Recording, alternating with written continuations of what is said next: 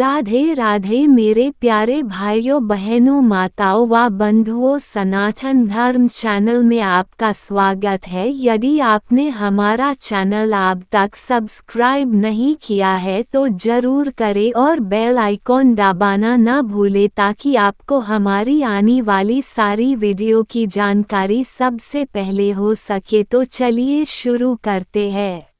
संकष्टी चतुर्थी व्रत कथा। एक समय की बात है कि विष्णु भगवान का विवाह लक्ष्मी जी के साथ निश्चित हो गया। विवाह की तैयारी होने लगी। सभी देवताओं को निमंत्रण भेजे गए, परंतु गणेश जी को निमंत्रण नहीं दिया। कारण जो भी रहा हो, अब भगवान विष्णु की बारात जाने का समय आ गया। सभी देवता अपनी पत्नियों के साथ विवाह समारोह में आए। उन सब ने देखा कि गणेश जी कहीं दिखाई नहीं दे रहे हैं। तब वे आपस में चर्चा करने लगे कि क्या गणेश जी को न्योता नहीं गया है या स्वयं गणेश जी ही नहीं आए हैं। सभी को इस बात पर आश्चर्य होने लगा।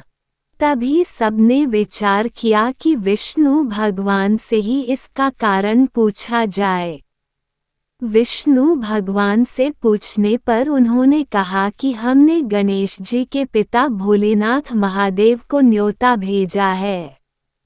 यदि गणेश जी अपने पिता के साथ आना चाहते तो आ जाते, अलग से न्योता देने की कोई आवश्यकता भी नहीं थी। दूसरी बात यह है कि उनको 1.25 मन मूंग, 1.25 मन चावल, 1.25 मन घी और 1.25 मन लड्डू का भोजन दिन भर में चाहिए। यदि गणेश जी नहीं आएंगे तो कोई बात नहीं, दूसरे के घर जाकर इतना सारा खाना पीना अच्छा भी नहीं लगता। इतनी वार्ता कर ही रहे थे कि किसी एक ने सुझाव दिया, यदि गणेश जी आ भी जाएं तो उनको द्वारपाल बनाकर बैठा देंगे कि आप घर की याद रखना। आप तो चूहे पर बैठकर धीरे धीरे चलोगे तो बारात से बहुत पीछे रह जाओगे। ये सुझाव भी सबको पसंद आ गया, तो विष्णु भगवान ने भी अपनी सहमति दे दी। होना क्या था कि इतने में गणेश जी वहां आ पहुंचे और उन्हें समझा बुझाकर घर की रखवाली करने बैठा दिया। बारात चल दी। तब नारद जी ने देखा कि गणेश जी तो दरवाजे पर ही बैठे हुए हैं, तो वे गणेश जी के पास गए और रुकने का कारण पूछा। गणेश जी कहने लगे कि विष्णु भगवान ने मेरा बहुत अपमान किया है। नारद जी ने कहा कि आप अपनी मूषक सेना को आगे भेज दें, तो वह रास्ता खोद देगी जिससे उनके वाहन धरती में धंस जाएंगे। तब आपको सम्मानपूर्वक बुलाना पड़ेगा। अब तो गणेश जी ने अपनी मूषक सेना जल्दी से आगे भेज दी और सेना ने जमीन पोली कर दी।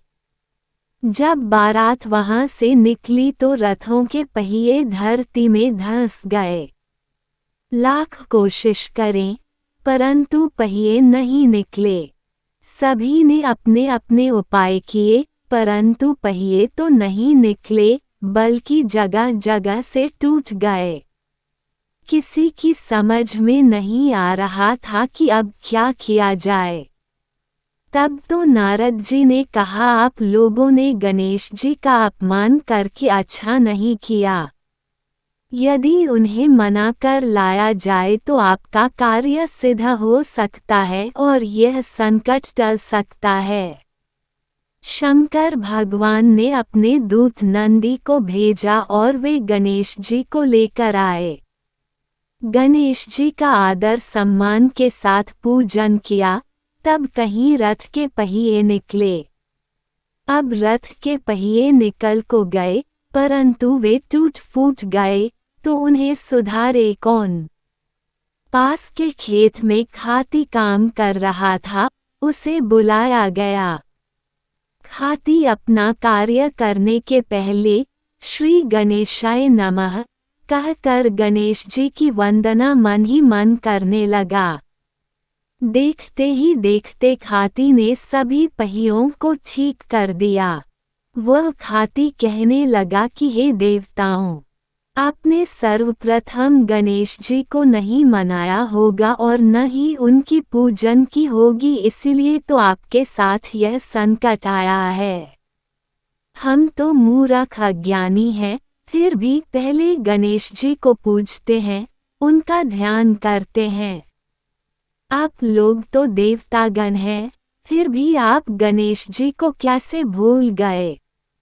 अब आप लोग भगवान श्री गणेश जी की जय बोल कर जाएं, तो आपके सब काम बन जाएंगे और कोई संकट भी नहीं आएगा।